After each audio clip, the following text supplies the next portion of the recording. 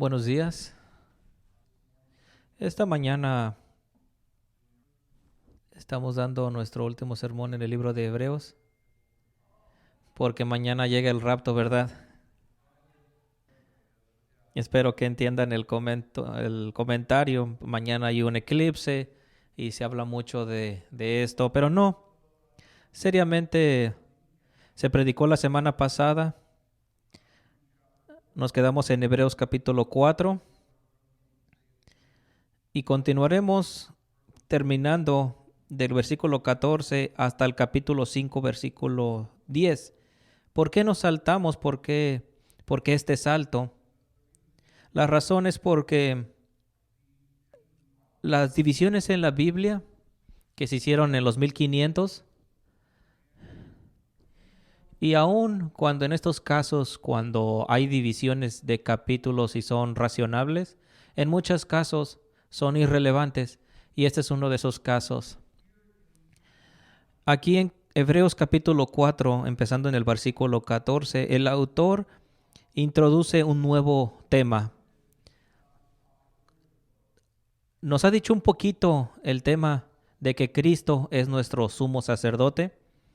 En capítulo 2, versículo 17, el autor escribe,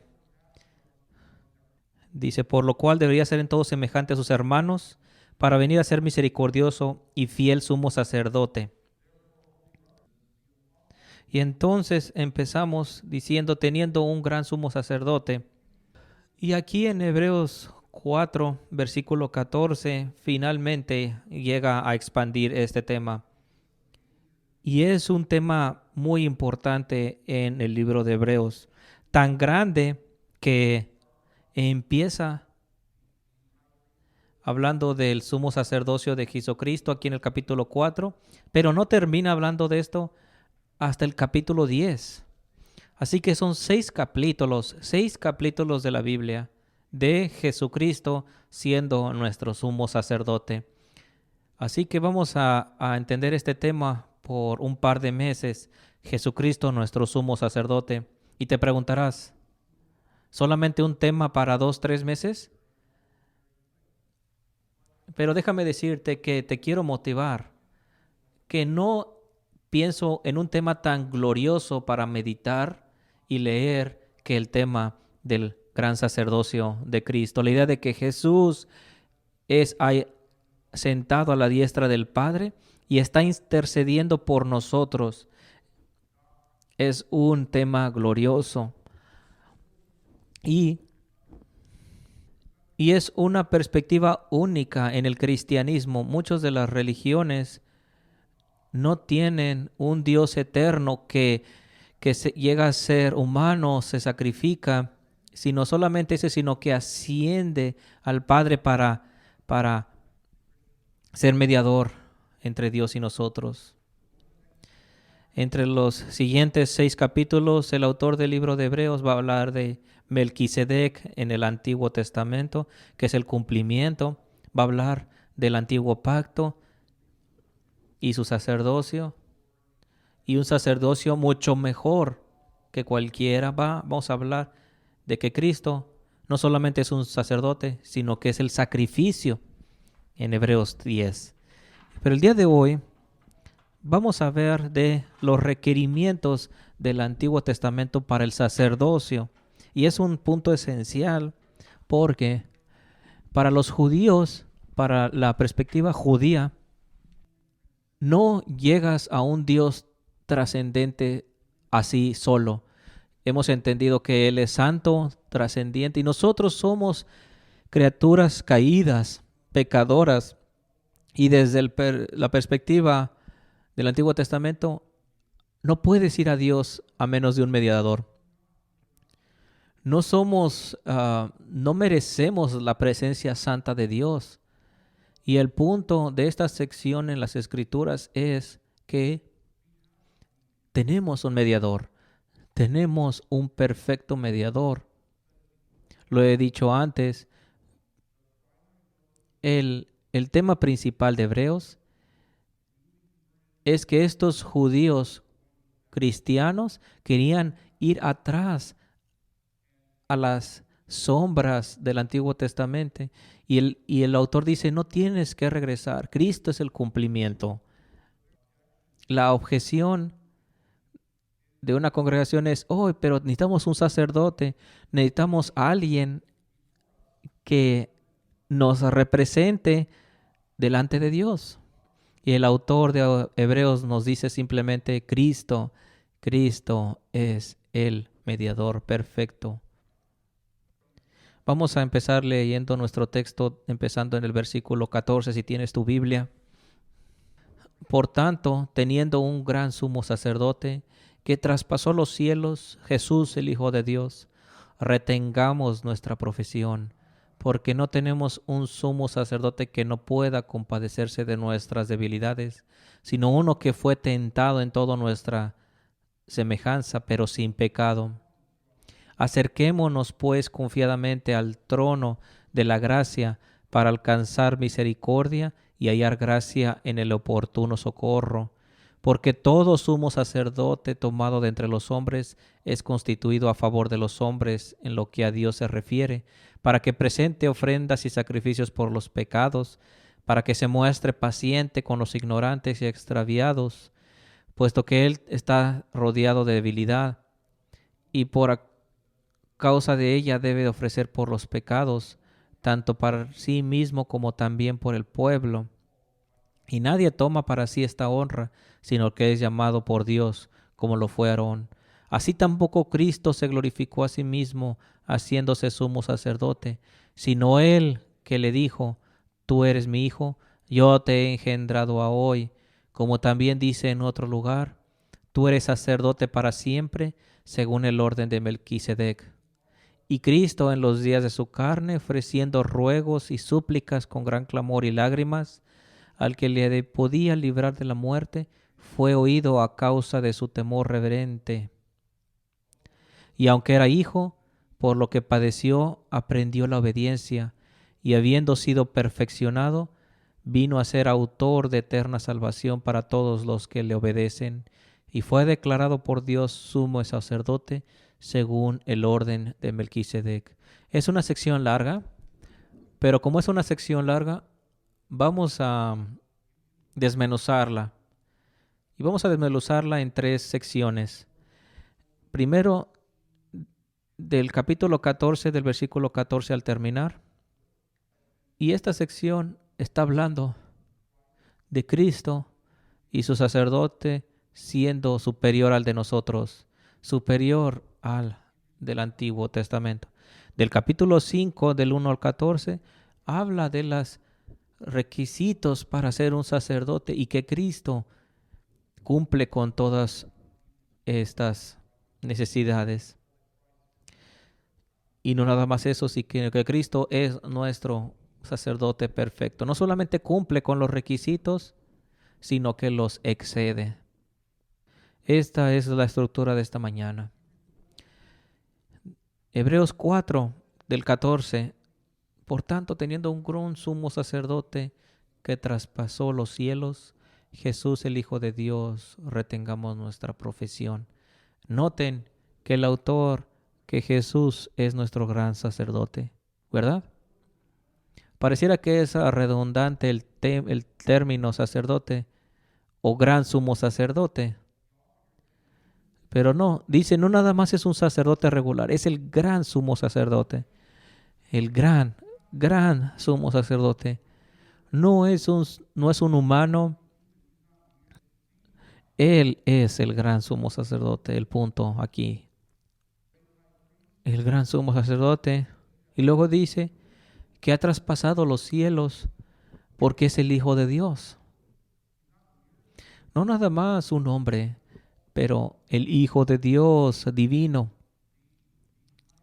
El gran sacerdote, vemos que los sacerdotes en el antiguo son hombres caídos y que mueren, pero este gran sumo sacerdote, el único, Él es el Hijo de Dios divino, tiene cualidades divinas y con este caso podemos retener nuestra profesión.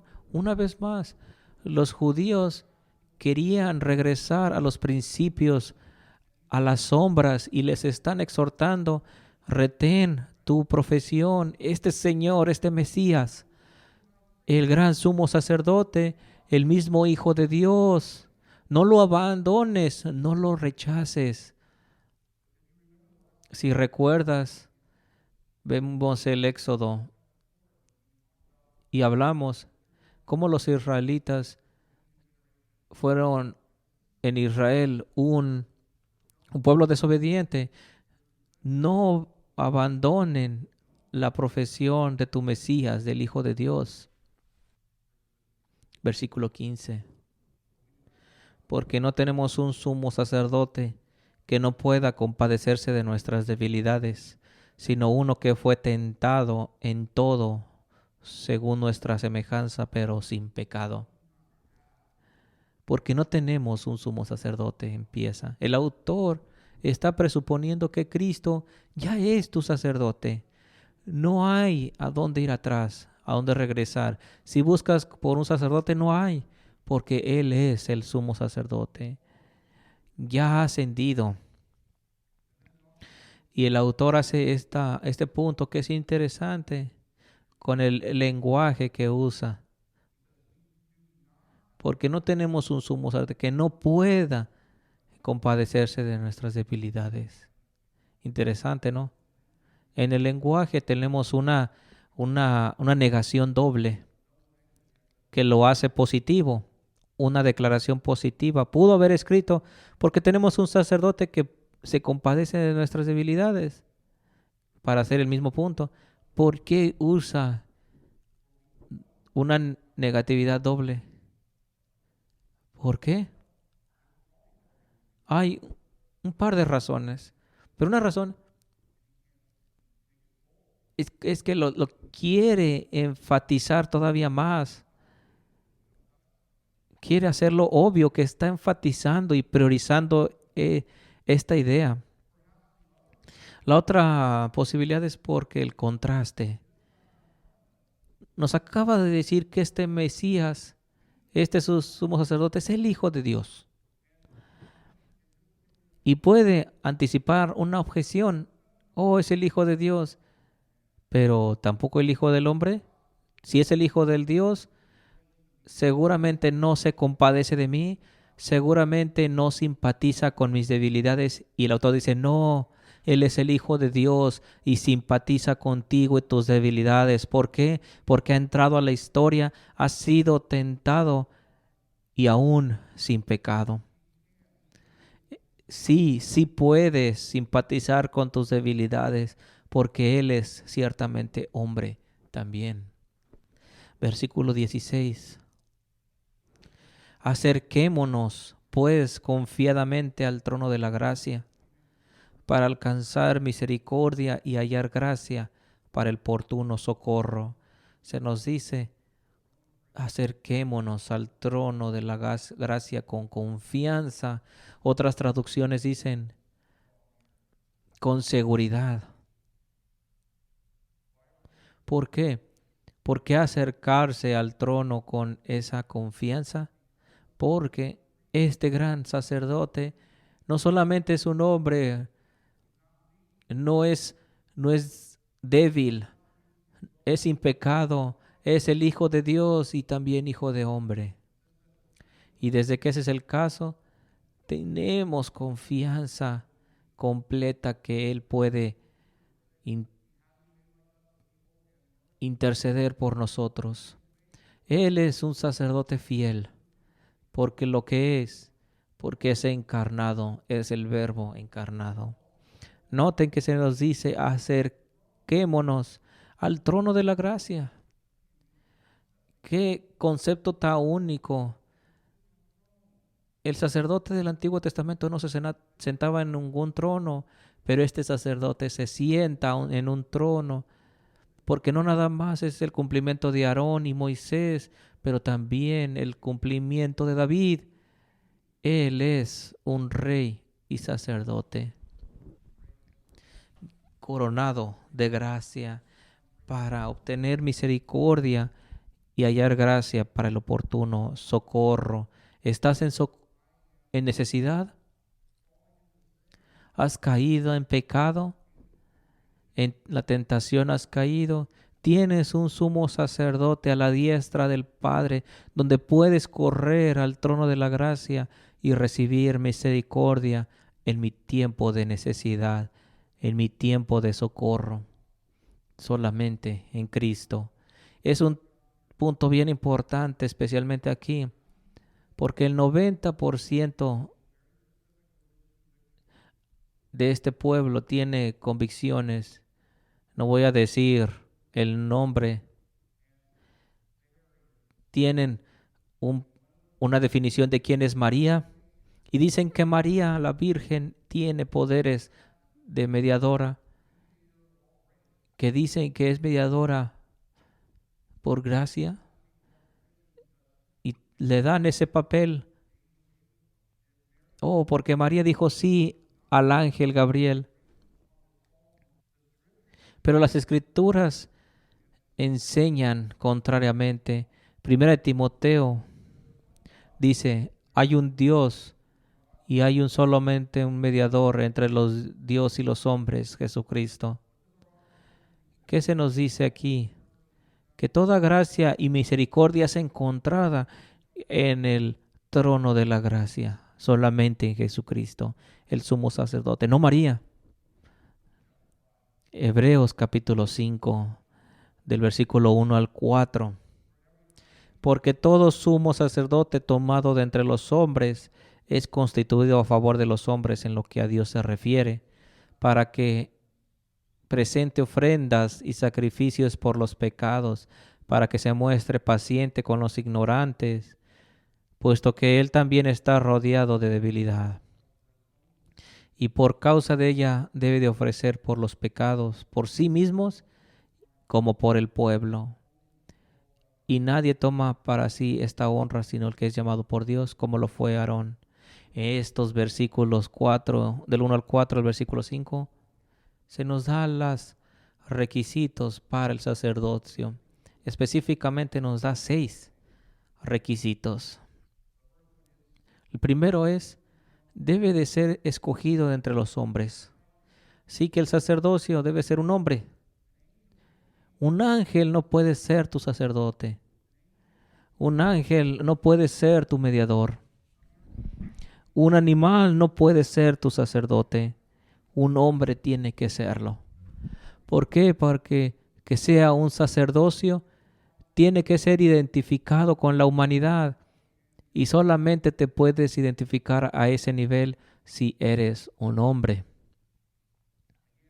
Una vez más, tiene que ser como semejante a sus hermanos. La encarnación no es un plan B.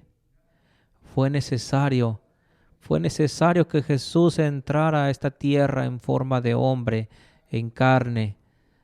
Era necesario que fuera semejante a sus hermanos para que se identificara con nosotros. Requisito número 2, para que represente a los hombres delante de Dios. Pero es escogido para representar al hombre delante de Dios. ¿Es Cristo apuntado por Dios? El versículo 6. Como también fue puesto por aquel que dijo, tú eres mi hijo, yo te he engendrado hoy. De Dios el Padre fue asignado para ser el sacerdote. Nos representa con el Padre, por supuesto que lo hace. Hebreos 7 dice consecuentemente, aquellos que son arrastrados por Dios para hacer intercesión por ellos. Cristo ascendió a los cielos, se sienta a la diestra del Padre para hacer intercesión y nos representa con el Padre. Y gracias a Dios por esto y que así lo hace, porque si yo me representara delante de Dios, lo único que podía ver sería mi pecado, mi naturaleza caída. Pero gracias a Dios que tenemos un sacerdote que ha llegado a la historia y que ahora cuando el Padre me ve, ve al Cristo y su obra y no ve mi injusticia. Como Juan escribe esto: hijitos míos, les escribo esto para que no pequen, pero que si pecan, tenemos un intermediario con el Padre, Jesucristo. Intercede por nosotros. Entonces cumple con este requisito. La tercera requisito: sí, es un sacrificio por nuestros pecados. En el antiguo pacto no solamente hacen esto.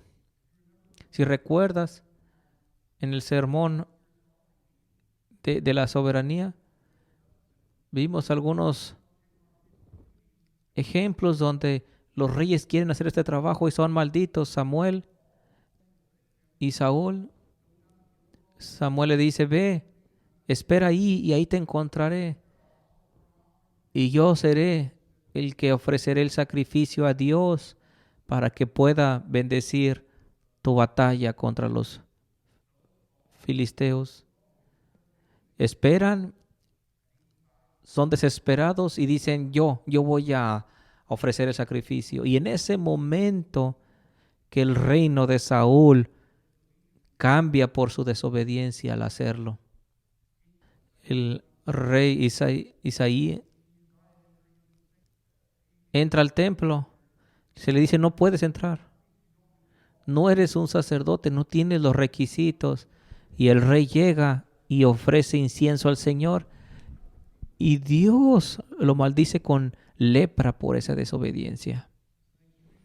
Es un punto extremadamente importante, que solamente el sumo sacerdote es que es permitido para ofrecer sacrificio a Dios. Y es impresionante que Hebreos nos dice que Él no solamente ofrece sacrificio, Él es nuestro sacrificio. Porque ha aparecido una y por todas para ser el sacrificio. Y así como es apuntado para el hombre morir, Cristo ha sido el sacrificio, pero para salvar a aquellos. Hebreos capítulo 10, versículo 10. Y por esto hemos sido santificados por el sacrificio del cuerpo de Cristo una vez para siempre. No solamente el que ofrece, sino Él es el sacrificio. Cristo puede ser el verdadero Cordero de Dios porque Él es el verdadero sacerdote. Requisito número 4. Porque puede ofrecer por los pecados y es paciente con los ignorantes, porque Él puede tomar nuestras cargas. Y el texto nos enseña que Cristo es un sacerdote misericordioso, que puede tomar mi debilidad, porque Él ha sido tentado, porque Él conoce lo que es la tentación, pero sin pecado, porque empatiza conmigo y entiende mis tentaciones, no solamente en términos divinos, pero en la experiencia humana. Así que si estás solo, sientes engaño, sientes enojo, tienes a un gran sumo sacerdote que dice: yo empatizo con esas debilidades. Puedes ir al trono de gracia y pedir por misericordia en tiempo de socorro, en tiempo de necesidad.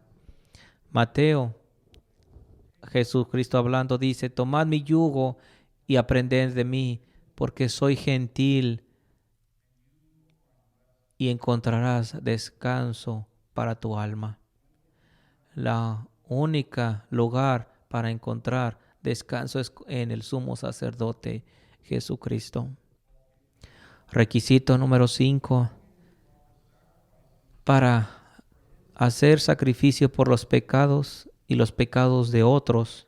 Ahora tenemos un problema, ¿verdad? En el Antiguo Testamento, el sacerdocio, se esperaba sacrificio por los pecados de uno y por los pecados del pueblo.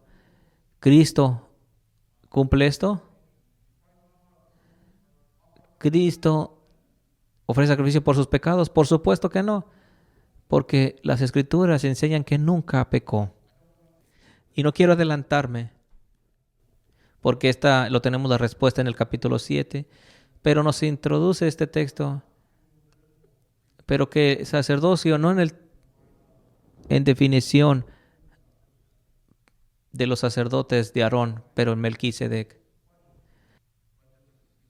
Pero te doy un adelanto en el capítulo 7, versículo 26. Dice, porque tal sumo sacerdote nos convenía, santo, inocente, sin mancha, apartado de los pecadores y hecho más sublime que los cielos, que no tiene necesidad cada día, como aquellos sumos sacerdotes, de ofrecer sacrificios.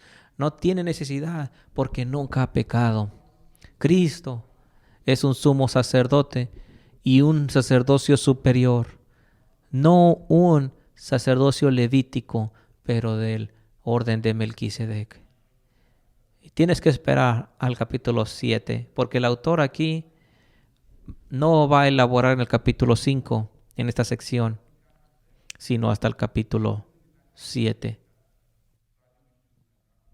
Así que hagamos lo mismo, seamos pacientes y esperemos al capítulo 7 para que se nos explique esto. Requisito número 6, llamado por Dios. Cristo no fue ningún revolucionario. No llegó a Israel diciendo, bueno, voy a derribar todo. No, fue llamado legítimamente por Dios, apuntado para hacer ese rol de sacerdote. Y sabemos esto por Hebreos 5, del versículo 5 al 6. El autor nos dice, cita dos del Antiguo Testamento. Salmos 110, versículo 4. Así que Cristo, ¿qué significa? Ya te da todos los requisitos para el sacerdocio levítico, pero Cristo también lo cumple. Así tampoco Cristo se glorificó a sí mismo haciéndose sumo sacerdote, sino el que le dijo, tú eres mi hijo, yo te he engendrado hoy. Como también dice en otro lugar, tú eres sacerdote para siempre, según el orden de Melquisedec. El autor nos dice Salmos y se lo aplica a Jesucristo. Y es interesante porque ya hemos citado estos pasajes. En capítulo 1 de Hebreos cita Salmo 101, versículo 1.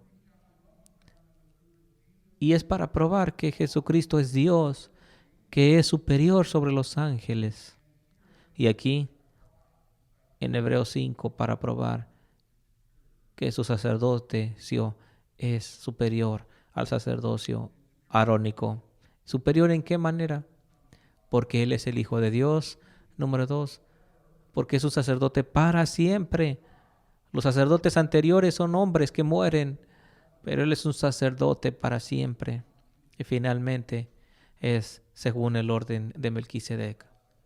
En la última sección, del versículo 7 al versículo 10, una sección difícil en las Escrituras. En el griego, esta sección es solamente una declaración. En las traducciones, en el inglés no nos gusta todo corrido. Vamos a desmenuzarlo. Pero es un pensamiento del versículo 7 al 10. Y es un texto bíblico difícil porque se enfoca en la humanidad de Cristo. Y creo que para muchos de nosotros, especialmente para mí, nos tendemos a enfocarnos en la divinidad de Cristo, pero este texto son 4 versículos que se enfocan en la humanidad de Cristo, un texto importante. Del versículo 7 al 10 dice, y Cristo en los días de su carne, ofreciendo ruegos y súplicas con gran clamor y lágrimas al que le podía librar de la muerte, fue oído a causa de su temor reverente. Si tomas algún comentario del libro de Hebreos, encontrarás que hay mucho debate de este versículo. Algunos piensan que el autor está hablando generalidades en los días de su carne, en los días de su ministerio. No soy convencido, sí es verdad, pero creo que está hablando específicamente en un tiempo específico de su ministerio, en el monte del Getsemaní, cuando Jesucristo suplica, cuando en lágrimas clama a Dios el Padre, dice Mateo, orando, diciendo, Padre, si es posible, que olvides esta copa que tome, pero que no sea mi voluntad, sino la tuya. ¿Por qué el autor está citando? Nos regresa al monte, porque es en el monte del Getsemaní que vemos la obediencia de Cristo amplificada. Cristo entra en la historia de la humanidad para aplicar obediencia, para ejecutar obediencia. Y vemos en el sufrimiento para tomar el pecado del mundo. Y es aquí completamente obediente. Que no sea mi voluntad, sino la tuya, Padre. Capítulo 5 dice, aprendió obediencia, padeció y aprendió la obediencia. Cristo no estaba obligado para entrar en la historia y aprender obediencia. Cristo no estaba obligado para entrar en la historia y ser expiación por nosotros. Libremente lo hizo. Aun cuando era el Hijo de Dios, divino, entra en la historia para ejecutar obediencia, para aprender obediencia. ¿Qué significa este término? Cuando el texto dice aprendió obediencia, no es una obediencia moral. Cuando les enseño a mis hijos y les digo, tienen que aprender obediencia, les estoy diciendo, estás siendo desobediente. Pero aquí no es con Cristo. Cristo no puede aprender obediencia en el término moral, porque Él es perfecto, Él es Dios mismo. Así que, ¿qué significa que aprendió la obediencia? Significa que Cristo entró a la historia en la encarnación para aprender lo que es vivir en un mundo caído. Y el hecho de que fue tentado pero sin pecado, aprendió obediencia. Porque libremente escoge ser obediente al Padre. ¿Y por qué? Al padecer, Cristo en su ministerio sufriendo y siendo tentado, y a través de ese sufrimiento se somete al Padre. Y es así como nosotros también aprendemos obediencia a través del sufrimiento. Salmos 19 dice, es bueno para mí porque fui afligido. Fue bueno que haya sufrido para que pueda aprender tus estatutos. Dios usa las pruebas y el sufrimiento para acercarnos a Él, porque solamente a través del sufrimiento que podemos entender que no lo hacemos solos. Necesitamos un mediador, necesitamos un salvador, alguien en medio. Versículo 9. Y habiendo sido perfeccionado, vino a ser autor de eterna salvación para todos los que le obedecen. Pasaje tremendo. Habiendo sido perfeccionado. ¿Cómo es Cristo perfeccionado? Porque entra en la historia y toma la carne para ser nuestro mediador, para ser 100% hombre. Es tentado como nosotros somos tentado, pero Él sin pecado. Pero el texto dice, por esa perfección vino a ser autor de la eterna salvación. Vivimos en una sociedad pluralista que dice, bueno, puedes creer en Jesucristo, es tu verdad, pero aquí está mi verdad. No solamente Jesús es la vida y el camino.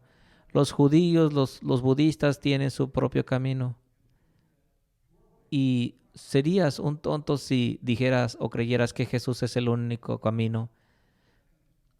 Si dices que Cristo es rey o es antisemita. Vivimos en una sociedad tan politeísta. Pero vemos que el cristiano dice solamente Cristo, el autor de la salvación.